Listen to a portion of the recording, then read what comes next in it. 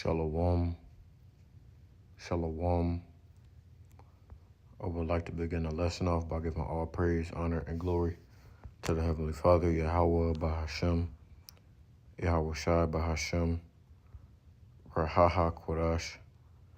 Double blessing and honor to the apostles and the elders of Great Millstone who taught me this truth through the spirit and the power of Yahweh Bahashem, Yahweh Shai. It's your brother, Haratazar Gabar, back here with another lesson through peace and sincerity. Shalom to the brothers, the Akim, out there pushing this truth, as well as the few sisters who listen, the Akwat, with peace and sincerity. Coming at y'all with another lesson through the spirit, man. Just want to come at y'all with something quick. Like I said, I was traveling this past weekend, as well as the weekend before that when I was going home for break. And I want to say my first layover was in, where did I go to? Let me see what the picture is. Charlotte Airport. And then I seen this one, I was in Detroit. Nonetheless, though, I'll be getting into the digital underground, right? The digital world, the digital society that is being unfolded in front of your faces, and basically the makeup of how society has turned and started to be geared more towards the society that's coming after this one. So I'm gonna go ahead and get that. It's gonna be brief lesson. Nonetheless, though, Lord willing, edifying. So the first thing I seen when I first got off the plane was a lot. Yeah, this is in Charlotte. I remember now because I got off, and I've been to Charlotte so many damn times. The airport. I remember getting off and I seen a restaurant that I recognized. So yeah, I got off Charlotte's airport, and the first thing I seen when I was going towards the bathroom was these lockers, almost like vending machines, like electronic vending machines, where you insert, you know what I'm saying, your cash and stuff, or so like not your cash, but your card, your payment information, all that good stuff. And you pretty much pay digitally in order to unlock them. You can't just take the snacks out. It's similar to what they have up there at Walgreens, except, you know what I'm saying, this is glass. They have a sensor up top. They have sensors and cameras down here, as well as at the top. They have cameras as well up there. And also, I forgot to say, when I was at my sister's apartment this past week as well, they had something similar to that video that we seen, or that I showed y'all with the Dollar General store. How they just have a market, and you can take whatever you want, but it's gonna keep track of it, and you have to make sure you pay for it, and it's unattended.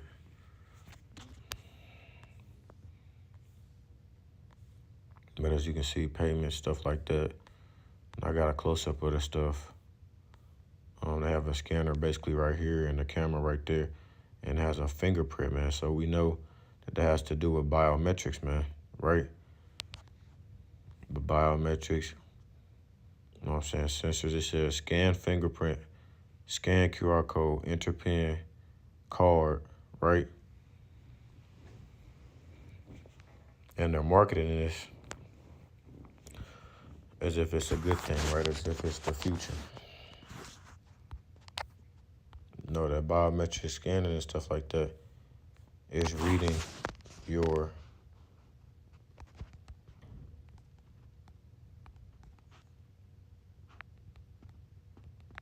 it's basically collecting data on you, pretty much.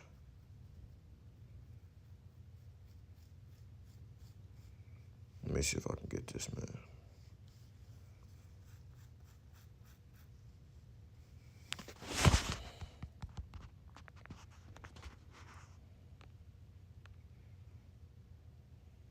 also have this at TSA nowadays, where they scan your face. And are basically learning more about you, man. And identifying you. They're putting you in their system, this digital system that they're bringing forth. They just said this week, man, or I want to say either today or yesterday.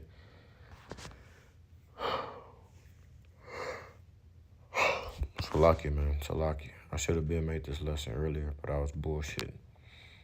Nonetheless, though, it just said earlier that they're going to start charging people for $45 if they don't have their real ID, which is the ID with the star on it, which is it's not just a state ID, but it counts as a federal ID.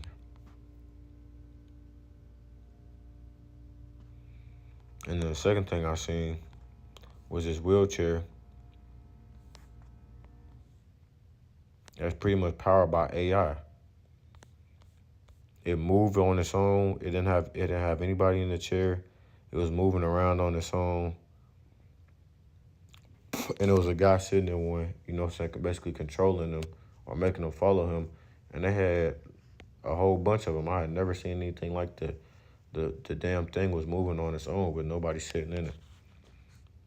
And it says, testing in progress. Do not ride, please. They were just riding all around the airport. And Detroit airport is big as hell. So they're riding up and down all through that airport, man. It was insane. Nonetheless, though, they're bringing these things to come to pass because they know that their kingdom is falling. You know where I'm going with this. The book of Revelation, chapter 12.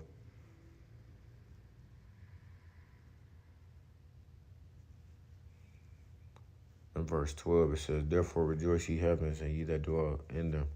Woe to the inhabitants of the earth and of the sea, for the devil is come down unto you, having great wrath, because he knoweth that he hath but a short time. And above that, it talks about how the wicked accuse us, of doing atrocities or wickedness. And in actuality, it's them who are bringing forth this type of wickedness on earth.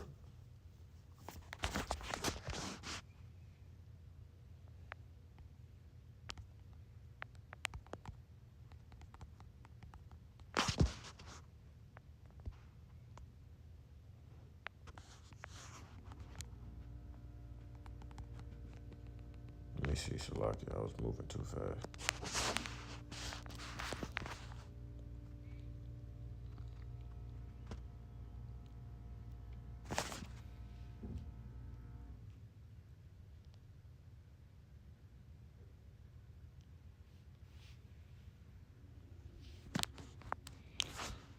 First Corinthians 3:19, for the wisdom of this world is foolishness with the Most High power, for it is written, he taketh the wise in their own craftiness, right? People uphold you or uplift you for being wise or prospering in this world and all those things that go on, right? The accolades and stuff like that. And it's foolishness at the end of the day. It's just silly. In the Lord's eyes, it's pointless, man. It's meaningless. It says he taketh the wise. Here's my point. Job 5:13. Job 5:12. He disappointed the devices of the crafty so that their hands cannot perform their enterprise. He taketh the wise in their own craftiness, and the counsel of the froward is carried headlong. So these devices that they're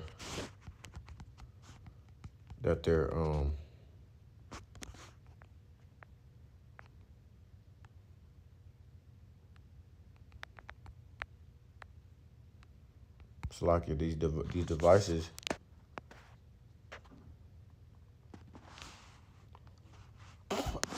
that they're creating and that they're bringing forth at the end of the day, it's only for a moment. Number one, they're doing this as a way to revive their fallen society, their fallen empire, which is crumbling in front of their eyes.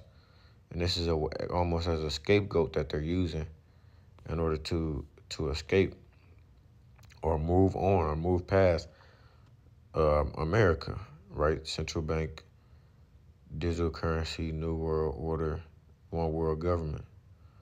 All of these things are real. This is not a conspiracy theory, man. All right? And you're seeing a lot more of these quote unquote conspiracy theories become truth or come to pass, and people are realizing, oh wow, these people that have been saying these things, they're telling the truth, or they're not joking, man. But we've been saying these things, right? Esau Edom's world as a whole is coming to an end. They're implementing digital and AI and all this other stuff throughout everything, man. Throughout everything. I want to say it was something else. Oh yeah, this video. I want to say fair use for this video as well. On the Copyright Act of 1976, fair use is made. Fair use is made for criticism, comment, right? And I'm using this for educational purposes, edification purposes. This is not. This is not for monetary gain. This video is not monetized. I'm not making any money from playing this clip. But it's just to edify the people and those out there listening and watching. I'm going to get this scripture first, and then I'm going to play that video to end it off because it is kind of lengthy. The book of 1 Corinthians 7:30, it says, and they that weep as though they wept not, and they that rejoice as though they rejoice not, and they that buy as though they possessed it not, and they that use this world as not abusing it, for the fashion of this world passeth away. But I will have you without carefulness. He that is unmarried care for the things that belong to the Lord, how he may please the Lord. But he that is married care for the things that are of the world, how he may please his wife. Now, my point was verse 31. A lot of people are going to become attached, and they're really docile when it comes to the things that we've been talking about and the things that have been implemented in the world. They don't even pay attention or realize that it's been implemented because they're just so asleep and they're used to going through the motions. They don't see it at all.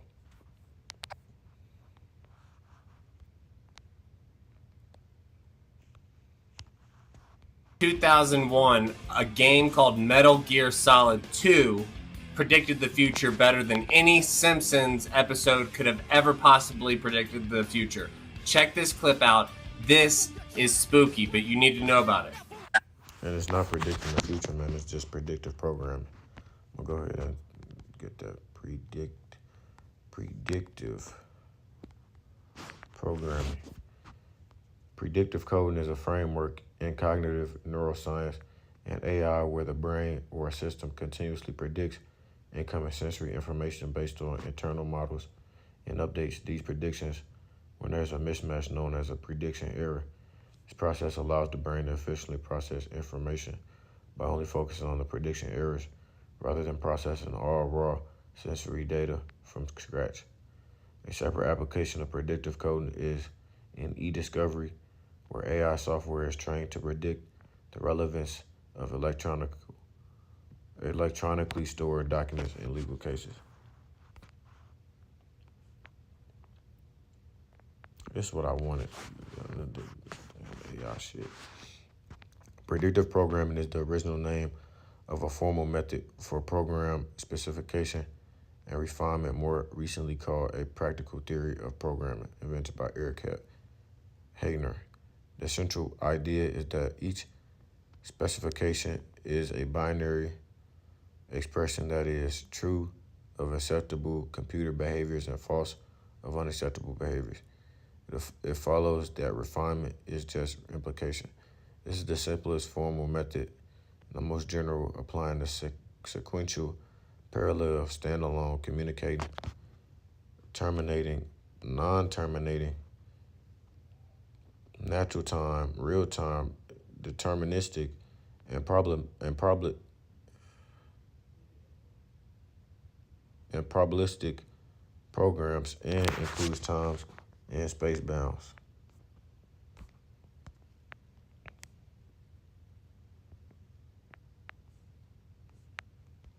So basically, what I was getting at, cause it's like damn dictionary definition of this shit is the fact that they'll put something in your face and say that they predicted it when they're actually just telling you what they're about to do.